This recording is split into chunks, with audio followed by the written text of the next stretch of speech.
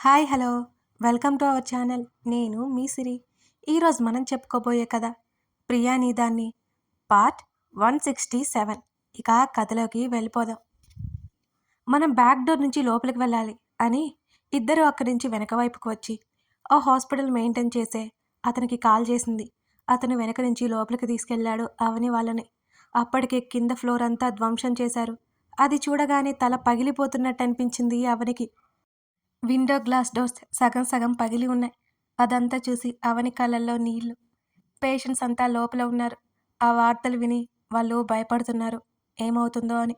తన భర్త అలాంటి వాడు కాదు అని గొంతు చించుకొని అరవాలి అనిపిస్తోంది అవనికి.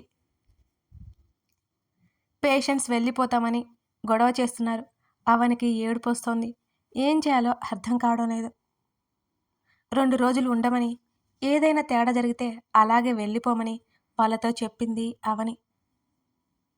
నిజానికి ఆ క్షణమే వెళ్ళిపోండి అని అరవాలని ఉన్న రిషి అది ఏ ఉద్దేశంతో స్థాపించాడో గుర్తు చేసుకుని ఆగిపోయింది ఆమె.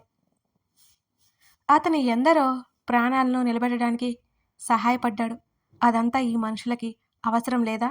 అందరి మీద కోపం వస్తోంది ఆమెకి విపరీతంగా.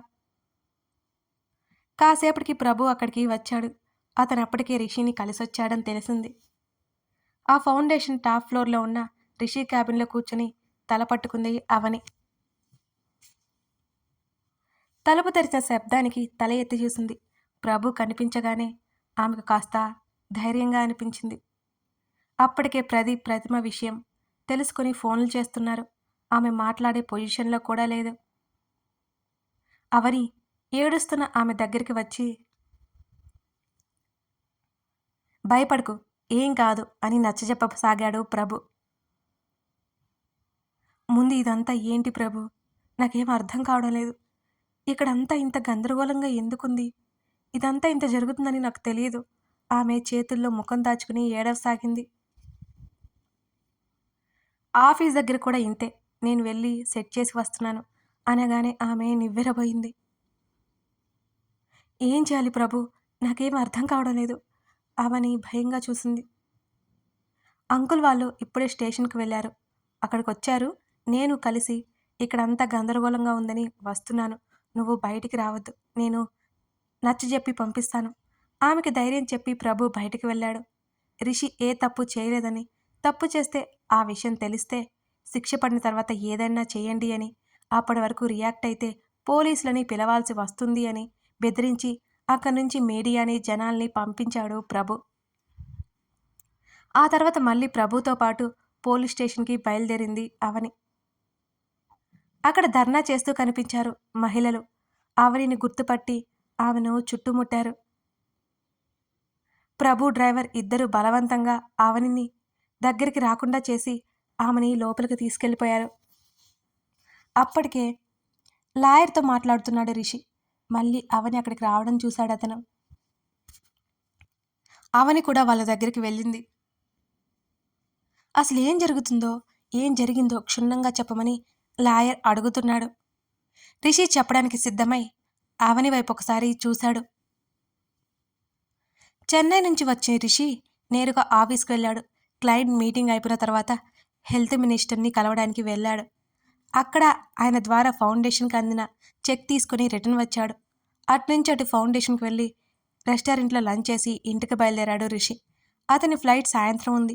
కాస్త టైర్డ్గా అనిపిస్తుంటే రెస్ట్ తీసుకుని ఫ్రెష్ అయ్యి ఈవినింగ్ బయలుదేరాలని అతను అనుకున్నాడు. ఇంటికి వచ్చి ఫ్రెష్ అయ్యి బెడ్ మీద వాలిపోయాడు. అవనికి కాల్ చేద్దామనుకునేసరికి తల అంతా తిరుగుతున్నట్టు అనిపించింది. ఆమెకు ఫోన్ చేయాలనే ధ్యాస మరిచి కమ్ముకొస్తున్న నిద్రకి తల విదిలించుకున్నా అది ఆగలేదు.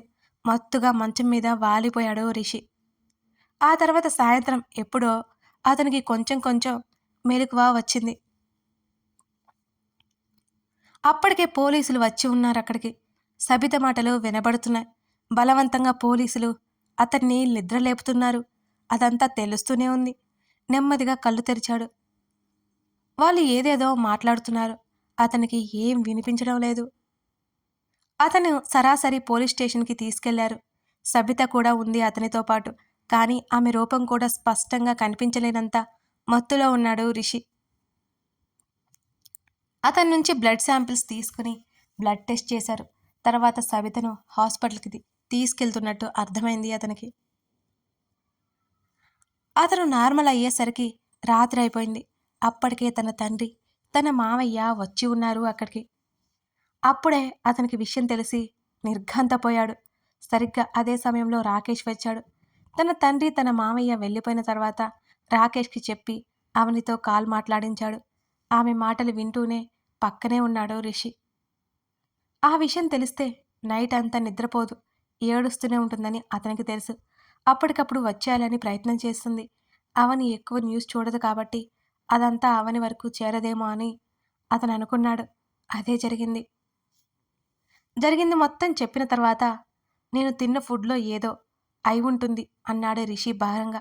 అతనికి బెయిల్ ఇవ్వడానికి కూడా ఛాన్సెస్ లేనట్టున్నాయి మరి. అలా ఉంది పరిస్థితి. అదే అయి ఉంటుంది Rishi, don't worry my boy అని రిషి భుజం మీద చేయి వేసి నువ్వు నిర్దోషివి అని నిరూపించే బాధ్యత నాది అని హామీ ఇచ్చాడు సుధాకర్. మీరింటికి వెళ్ళండి, పదే పదే ఇక్కడికి రావద్దు ఏటో చూస్తూ చెప్పాడు రిషి. సుధాకర్తో పాటు మిగిలిన ఇద్దరు పోలీస్ ఆఫీసర్తో మాట్లాడడానికి వెళ్ళారు. అవని అతని దగ్గరే ఉంది. మళ్ళీ నువ్వెందుకొచ్చావు? ఆమెను చూడలేకపోయాడు రిషి. ఈ ప్రపంచంలో ఉన్న దీనత్వం అంతా ఆమెలోనే ఉన్నట్టు అనిపించింది అతనికి. అతని చేతివేళ్ల మధ్య తన చేతివేళ్ల దూర్చి ఎందుకు నన్ను చూడట్లేదు అని అడిగింది బేలగా. అదేం లేదు అన్నాడు. నువ్వు తప్పు చేయలేదు, తలదించుకోవాల్సిన అవసరం లేదు అని ఆమె గట్టిగా చెప్పి నేనొకటి చెప్పనా అనగా ఏంటన్నట్టు చూశాడు రిషి. ఇప్పుడు అందరూ సబిత మీద సానుభూతి చూపిస్తారు. కేస్ అటు నుంచి వస్తుంది. నువ్వు ఈ తప్పు చేయలేదు అంటున్నావు కాబట్టి ఆ రోజు ఏం జరిగిందో తెలుసుకోవడానికి ప్రయత్నిస్తారు. అంతేకాని సబిత బ్యాక్గ్రౌండ్ ఎవరికి అవసరం లేదు. కానీ మనం సబిత ఎందుకు వచ్చిందో ఏంటో తెలుసుకోవాలి అంటే ఆమె ఎవరో ఏంటో కూడా మనం కనిపెట్టాలి అంటున్న అవని మాటలకు అతను విస్మయంగా చూశాడు. ఇంత భయం కంగారులో కూడా ఆమె బుర్ర పాదరసంలాగా పనిచేస్తున్నందుకు నిజంగానే ఆశ్చర్యం కలిగింది అతనికి. ఎందుకంటే ఆల్రెడీ తను అదే ఆలోచించాడు. రాకేష్ వచ్చినప్పుడు కలిసి డిటెక్టివ్ని కూడా పెట్టాడు. ఆల్రెడీ సవిత గురించి అతను మునిపే ఎంక్వైరీ జరిపిస్తున్నాడు. సరే అలాగే చేస్తాను అన్నాడు రిషి. అప్పుడే ఆమె మాటలు వింటూ ఆలోచన వచ్చినట్టుగా సోమవారం వరకు టైం ఇస్తున్నా అవని బెదిరింపుగా అంది. దేనికి అని అన్నాడు. నీ మీద ఎటువంటి రిమార్క్ ఉండకూడదు, వచ్చేయాలి నువ్వు అంది మణికట్టుతో కళ్ళు తుడుచుకుని. చేతినింకా అతని చేతిలోనే ఉంచింది. రాకపోతే అని అడిగాడు. ఆ సబితని మర్డర్ చేసి నేను నీతోనే ఉంటాను వచ్చి అంటున్న ఆమె మాటలకి అతని ముఖంలో నవ్వు వచ్చి చేరింది. అతడు గంభీరంగా ఎంత బాగుంటాడో, నవ్వితే ఇంకా ఇంకా బాగుంటాడు, వెళ్ళిగా అన్నాడు. అప్పటికే అందరూ ఎదురు చూస్తుండడంతో అవని అతని దగ్గర నుంచి పక్కకు వచ్చింది. ప్రభు రిషితో మాట్లాడొచ్చాడు. అక్కడి నుంచి వస్తుంటే ఆమె కళ్ళల్లో తిరిగిన కన్నీళ్లు ఎవరికంటా పడలేదు. అవని ఇంటికి వచ్చింది. ఆమె వెళ్ళగానే రాధారాణి ఎదురు వచ్చింది అవనికి. అవని అంటూ అవని చేతులు పట్టుకుని ఏం చెప్పట్లేదు మీ మావయ్య, రిషి ఎప్పుడు ఇంటికి వస్తాడు, నన్ను చూడ్డానికి కూడా రానివ్వట్లేదు ఆవిడ ఏడుస్తోంది భయంతో. అత్తయ్య ఏడోకండి, వచ్చేస్తాడు, 2 రోజులు ఓపిక పట్టండి అని అవని ఆమెకు సర్ది చెప్పి వాళ్ళతో పాటు కూర్చుంది. సమీరా నువ్వింకా ఇంటికి వెళ్ళు, బాబు ఏడుస్తాడు అంటూ సమీర్ని పంపించి నీరజ్ కూడా అక్కడే ఉంది. కాఫీ పెట్టుకొచ్చి రాధారానికి అందించింది అవని. నాకొద్దమ్మా, తాగాలని లేదు అవని వద్దు అన్నట్టు తల అడ్డంగా ఊపింది.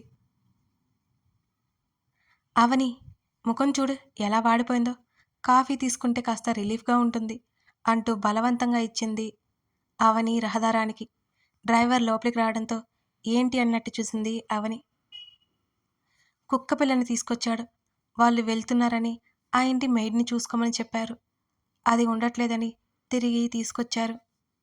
దాన్ని ఒడిలోకి తీసుకుంది అవని. అవని మీదకి చేరి ముఖం మీద చేతులాడిస్తుంటే ఏ భావం లేకుండా ఉంది. బలవంతంగా ఆ కుక్క పిల్లని తీసుకుని అవనికి కాఫీ ఇచ్చి తాగమంది నీరజ.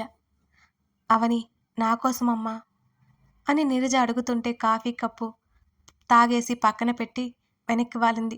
చిట్టి అవని మీద వాలిపోయింది. అవనిని కరుచుకుని పడుకుంది. అసలు దాన్ని తన దగ్గరికి రానిచ్చేది కాదు. దగ్గర ఉంటే ఆడుకునేది తప్ప ఎత్తుకునేది కాదు. అవని కంటే రిషి బాగా అలవాటు దానికి. అతను కనిపించక పిక్కమొహం వేసింది చిట్టి. దాన్ని తీసుకుని రిషి గదిలోకి వెళ్ళిపోయింది అవని.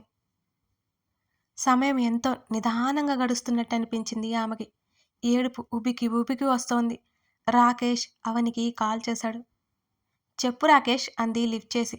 మేడం, ఇవాళ ఆ సబితాని కలవడానికి కుదరదట. రేపు కోర్టు హీరింగ్ ఉంది అంటున్నారు. తర్వాత కలవడానికి ఉంటుందేమో అని అన్నాడు రాకేష్. ఓకే రాకేష్, తను ఏం చెప్తుందో విందాం. ఆ అమ్మాయిని ఒక కంట కనిపెట్టుకుని ఉండండి అని చెప్పి కాల్ కట్ చేసింది అవని. చిట్టికి ఫుడ్ పెట్టి బెడ్ మీదనే పడుకోబెట్టింది. తనకి తినాలి అనిపించలేదు. ఆకలి మరిచిపోయింది. నీరజ ఎంత బ్రతిమాలినా అవని వినలేదు. రాధారానికి ఎలాగో బ్రతిమాలి కాస్త తినిపించింది. ఆ రోజు భార్యాభర్తలిద్దరూ అక్కడే ఉన్నారు నీరజ వాళ్ళు. కిటికీలో నుంచి నిశేధి ఆకాశంలోకి చూస్తుండిపోయింది అవని. కళ్ళు మూసిన అతని రూపమే, కళ్ళు తెరిచిన అతని జ్ఞాపకాలే, చేరిన కునుకులో కూడా అతని గురించి స్వప్నాలే. కబోర్డ్ ఓపెన్ చేసింది. రిషి చొక్కా తీసుకుని గుండెలకి హత్తుకుంది అవని. మళ్ళీ కన్నీళ్లు దూకాయి. ఆ చొక్కా వేసుకుని మంచం మీద వాలింది. శరీరం అలసిపోయినా మనసు అలసిపోలేదు. ఆ స్టేషన్లో ఎలా ఉన్నాడో ఊహించుకుంటుంటేనే ఆమెకు భారంగా అనిపిస్తోంది. కునుకంత తేలిగ్గా దరిచేరలేదు. ఆ రాత్రంతా జాగారం తప్పలేదు ఆమెకి. మర్నాడు తెల్లవారుజామున ఎప్పుడూ నిద్ర పట్టింది అవనికి. చిట్టి అప్పటికే లేచి అవనిని లేపుతోంది. దాన్ని తీసుకుని కిందకు వచ్చింది అవని. రాధారాణి చేత చీర ఇప్పించుకుని గబగబా ఫ్రెష్ అయిపోయింది ఆమె. నువ్విప్పుడు టిఫిన్ చేయలేదంటే కొట్టేస్తాను. భోజనం ప్లేట్తో గదిలోకి వచ్చింది నీరజ. ప్లీజ్ అమ్మా, నాకు ఆకలి లేదు. కోర్టుకు వెళ్ళాలి. అంకుల్ నాన్న వాళ్ళెక్కడా? గబగబా జడ వేసుకుంటూ అడిగింది అవని. అవని చేతిని పట్టుకుని తీసుకొచ్చి మంచం మీద కూర్చోబెట్టి, రిషి ఇంటికి వచ్చేసరికి ఇలాగే ఉండిపోతావా? ఒక్కరోజుకే నీ ముఖం పీక్కుపోయింది అవని. ఇవాళ నిన్నిలా చూసి రిషి ఎంత బాధపడతాడో. కొంచెం తిని వెళ్ళమ్మా. నీరజ అవని గడ్డం పట్టుకుని బ్రతిమాలింది. గబుక్కున నీరజని కౌగిలించుకుని భుజం దగ్గర ముఖం దాచుకుని ఏడవసాగింది అవని. తనక్కడ తిన్నాడో లేదో, ఎలా ఉన్నాడేంటో, నాకు ఇక్కడ ఎలా తినాలనిపిస్తుందమ్మా, భయమేస్తోంది అని వెక్కిళ్ళు పెట్టి ఏడుస్తోంది అవని. నీరజ కళ్ళు తుడుచుకుంటూ అవనిని ఓదార్చడానికి చూసింది. ఎందుకమ్మా, తనకే ఇలా అవుతుంది ఎందుకు? పుట్టడం యువరాజులా పుట్టాడు, యువరాజులా పెరిగాడు, సంతోషంగా బ్రతికాడు. ఆ తర్వాత బాధపడిన రోజు లేదు. ఏం తప్పు చేశాడని తనకి ఇన్ని నిందలు, అవమానాలు. ఏడుస్తూ మాట్లాడుతున్న అవనిని చూస్తుంటే నీరజ కళ్ళల్లో నీళ్లు తిరిగాయి. నిజమే, కష్టమంటే దరిచేరని విధంగా పెరిగాడు. తన కూతురు దూరమైపోయి కష్టాల వడిలో పడిపోయాడు. ఇప్పుడిప్పుడే సంతోషంగా ఉంటున్నాడు అనుకుంటే మళ్ళీ ఇదొక చిక్కు వచ్చి పడింది. అవని, ఏం కాదు, భయపడకు. రిషి ఏ తప్పు చేయలేదు. చూస్తూ ఉండు, మీ నాన్న మామయ్య బయటకు తీసుకొస్తారు. ఒకవైపు ఏడుస్తూనే అవని కళ్ళు తుడిచింది నీరజ. నీకు తెలీదమ్మా, నీకు తెలియదు. భార్యని అయినా నన్నే నా పర్మిషన్ లేకుండా ముట్టుకొని వ్యక్తి. అలాంటిది ఎంత పెద్ద నిందలు వేస్తున్నారు అంటున్న అవని పిచ్చిదానిలా ఏడుస్తుంటే నీరజకి భయం వేసింది. అవని, ఊరుకోమ్మా, ఏం కాదు, ఊరుకో. నీరజ సర్ది చెప్తూనే ఉంది.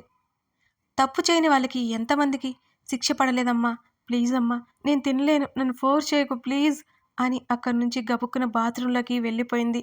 దుఃఖం కట్టలు తెంచుకొస్తుంటే అవనికి. అందరూ కలిసి కోర్టుకు వెళ్లారు. ఇన్స్పెక్టర్ని రిక్వెస్ట్ చేసి త్వరగా హీరింగ్కి తీసుకువెళ్లేలా చూశారు. మరో 5 రోజుల్లో అతను నిరూపించుకోవాలి. రిషిలో భయం కానీ కంగారు కానీ ఏ కోశాన లేదు. తను ఏ తప్పు చేయలేదు. తను బయటికి వచ్చేస్తాడు. అది నిర్దోషిగా బయటికి వస్తాడు. రిషి బోనులో ఉన్నాడు. రిషి తరపున లాయర్ సుధాకర్ ఉన్నారు. సబిత తరపున లాయర్ ఉన్నారు. సబిత తలదించుకునే ఉంది. అక్కడికక్కడే సబితని చంపేయాలనిపిస్తోంది అవనికి. రాధారాణి, నీరజ కూడా వచ్చేశారు. కొడుకుని కల్లారా చూసుకుంటూ ఏడుస్తోంది రాధారాణి. రిషి గంభీరంగా నిలబడి ఉన్నాడు. అదంతా ప్రైవేట్‌గా జరుగుతోంది. మీడియా బయటెక్కడో ఉంది. అది చాలా సీక్రెట్‌గా జరుగుతోంది. సబితని బయటికి చూపించలేదు. వాదోపవాదాలు మొదలయ్యాయి. సుధాకర్ సబిత దగ్గరికొచ్చాడు. "మీ పేరు?" అని అడిగాడు. సబిత అంది నెమ్మదిగా. "మీకు పెళ్లయిందా?" "లేదు." "మీరెక్కడుంటున్నారు?" "Working women's hostel." "మీ తల్లిదండ్రులు?" "నాకెవరూ లేరు. అనాథని." "మీ పైన మిస్టర్ రిషినందన్ అత్యాచారానికి పాల్పడ్డారు. ఆమె కరెక్ట్?" అని ఆమెను చూస్తూ అడిగాడు సుధాకర్. "అవును." "ఎక్కడ?" "వాళ్ళ ఇంట్లోనే." "వాళ్ళ ఇల్లు అంటే?" "ఈ రిషి గారి ఇల్లు" అని చెప్పింది సబిత. రిషి చూపులు, అవని చూపులు సూటిగా సబిత వైపే ఉన్నాయి. "Note this point your honour" అని అన్నాడు సుధాకర్. సబిత కంగారుగా చూసింది. "వాళ్ళింటికి మీరెందుకు వెళ్లారు?" అని మళ్ళీ ప్రశ్నించాడు సుధాకర్. "నేను మేడం గారిని కలవడానికి వెళ్ళాను" అంది సబిత. "మేడం ఎవరు?" "రిషి గారి భార్య అవని." "ఆవిడ మీరెందుకు కలవాలి అనుకుంటున్నారు?" "ఆవిడ నాకు ఉద్యోగం ఇప్పించారు" అని చెప్పింది సబిత. అవనితో సబిత పరిచయం ఎలాగో అడిగి తెలుసుకున్నాడు సుధాకర్. "కలవడానికి ఇంటికెందుకు వెళ్లారు?" అని ప్రశ్నించాడు మళ్ళీ. "నాకు జాబ్ ఇప్పించినందుకు మేడం గారికి థాంక్స్ చెప్పడానికి వెళ్ళాను" అంది సబిత. అవనికి ఆవేశం ఒక్కసారిగా పొంగుకొని వచ్చింది. బలవంతంగా ఆపుకుంటూ కోపాన్ని కూర్చుంది. అబద్ధం! ఉండలేక గట్టిగా అరిచింది నిలబడి. అందరి దృష్టి ఆమెపై పడింది. కానీ అవనికి మాట్లాడే అవకాశం ఇవ్వలేదు. మళ్ళీ కూర్చోవాల్సొచ్చింది మౌనంగా. "ఆ తర్వాత ఏమైంది చెప్పండి సబిత" అని సుధాకర్ అడిగాడు. "ఇంట్లో ఎవరూ కనిపించలేదు. ఆ టైంలో రిషి సార్ ఆఫీస్‌లో ఉంటారని, మేడం ఒక్కరే ఉంటారని ఆమె గదికి వెళ్ళాను. మేడం మేడం అని పిలిచాను. రిషి గారు లోపలికి రమ్మన్నారు. మేడం గారి గురించి అడిగాను. లేదు అని చెప్పారు. పర్వాలేదండి. తర్వాత వస్తాను అని చెప్పాను నేను. ఆయన రమ్మండంతో గట్టిగా రాలేను అని చెప్పలేక లోపలికి వెళ్ళాను గదిలోకి. ఆయన బెడ్ చూపించి కూర్చోమన్నారు. నేను పర్వాలేదని నిలబడే ఉన్నాను. ఆయన బలవంతంగా నా చెయ్యి పట్టి కూర్చోబెట్టారు. అప్పటికే ఆయన తాగినట్టు ఊగుతున్నారు. డ్రింక్ చేశారని నాకు భయం వేసింది. సార్ నేను ఇంటికి వెళ్తున్నాను. మరొక రోజు వస్తాను అని తప్పించుకోబోతే ఆయన వినలేదు. బలవంతంగా నన్ను కౌగిలించుకున్నారు. ఆయన ఉద్దేశ్యం ఏంటో నాకు అర్థమై దిక్కు తెలియలేదు. ఆయన నా మీద విరుచుకుపడ్డారు. విడిపించుకోవడానికి ప్రయత్నం చేసినా నా వల్ల కాలేదు. లామ్ తీసుకుని ఆయన చేతుల మీద కొట్టేసి ఆ గదిలో నుంచి బయటపడ్డాను. ఆయన నా వెనుకే వచ్చారు. కాస్త దూరం వెళ్ళగానే నన్ను గదిలోకి తీసుకెళ్ళి అంటూ గట్టిగా ఏడ్చింది సబిత. ఆమె కన్నీళ్లు పెట్టి అంత బాధాకరంగా ఏడుస్తుంటే ఆమె కన్నీళ్లు అబద్ధమని చెప్పే పొరపాటు ఎవరూ చేయలేరు. కొందరికి సబితని చూసి జాలి వేసింది. అవనికి మాత్రం జాలి కాదు, కోపం, కసి ఎక్కువయ్యాయి. సబిత పీక పిసికి చంపి చంపి పడేయాలన్నంత కోపం వచ్చేస్తోంది అవనికి. "ఆ తర్వాత ఏమైంది చెప్పండి" అని సుధాకర్ మళ్ళీ అడిగారు. నన్ను ఎత్తుకొని గదిలోకి తీసుకువెళ్ళి రూమ్ డోర్ లాక్ చేసి క్రూరంగా నా మీద కోరిక తీర్చుకున్నాడు అని గట్టిగా చెప్పి ఏడవసాగింది సబిత. "మీరు పోలీసులకి ఫోన్ చేశారు కదా" అన్నారు. "ఎలా చేశారు" అని అడిగాడు సుధాకర్. ఆ తర్వాత అతను మత్తులో ఉండగా నేను కాల్ చేశాను పోలీసులకి. అప్పుడు టైం ఎంత? 2:30, 3 మధ్యలో ఉంది అంది సబిత. అతను మీ మీద అత్యాచారానికి పాల్పడిన సమయం ఎంత? అరగంట. అదేంటి అరగంట? ఆ తర్వాత అతనేమయ్యాడు? మత్తులోకి వెళ్ళిపోయాడు. అతను మత్తులోకి వెళ్ళిపోయిన వెంటనే గబగబా హాల్లోకి వచ్చి పోలీసులకి ఫోన్ చేశాను. తప్పించుకోవాలని చూసి బయట వాళ్ళ వాచ్మెన్ వాళ్ళు ఉండటంతో ఆ ప్రయత్నం చేయలేదు అంది సబిత. ఈ సబిత నా క్లయింట్ మీద అనవసర ఆరోపణలు చేస్తోంది మిలార్డ్. ఈ అమ్మాయి పోలీసులకి ఫోన్ చేసింది 4:30 టైంలో. ఆ అమ్మాయి 3 గంటలకు అక్కడికి వస్తే వచ్చిన వెంటనే రిషి ఆమెను లొంగదీసుకోవాలని చూశాడు అని చెప్పింది. మరి ఆమె చెప్పిన దాని ప్రకారం 3 గంటలకు లేదా 3:30 గంటలకి లేదా 4 గంటల లోపల అన్నీ జరిగిపోవాలి. కానీ ఆమె అంత లేటుగా పోలీసులకి ఫోన్ ఎందుకు చేసింది? అని ప్రశ్నించాడు సుధాకర్. ఎందుకంటే అతను నా పక్కన ఉన్నాడు భయంతో అంది సబిత. మిస్ సబిత, అతని వల్ల మీ శరీరంపై ఎటువంటి గాయాలు లేవు. అతని మీద అత్యాచారం చేశారు అంటున్నారు. అరగంట అంటున్నారు. ఆ తర్వాత అతను మత్తులోకి వెళ్ళిపోయిన వెంటనే కాల్ చేశాను అంటున్నారు. మత్తులోకి వెళ్ళిపోయిన మరో అరగంట, గంట మీరు ఏం చేశారు? ఆయన సూటిగా ప్రశ్నించాడు. వెంటనే సవిత తరపున లాయర్ అందుకొని, లాయర్ గారు, నా క్లయింట్‌ని కన్ఫ్యూజ్ చేస్తున్నారు. కేసుని పక్కదోవ పట్టించాలని చూస్తున్నారు అని అన్నాడు. జడ్జి గారు ఆయన మాటలు వినలేదు. సుధాకర్‌ని కంటిన్యూ చేయమని చెప్పాడు. మిలాడ్, ఈ అమ్మాయి చెప్పిన దాని ప్రకారం 3:30 గంటల లోపే అతను ఆమెను బలవంతం చేశాడు. వెంటనే కాల్ చేశానని ఈమె చెబుతుంది. కానీ ఆమె కాల్ స్టేషన్‌కి వెళ్ళేసరికి 4:30 దాటింది. ఈ మధ్య కాలంలో ఆమె ఏం చేసింది? నా క్లయింట్ మీద అత్యాచారం నిందని రుద్ది నిర్దోషిని దోషిగా చేయాలనుకుంటోంది. ఏదో స్వలాభం ఆశించే వచ్చింది అని సుధాకర్ చెప్పిన పాయింట్స్ కాసేపు అక్కడ ఉన్న అందరికీ సబబుగానే అనిపించింది.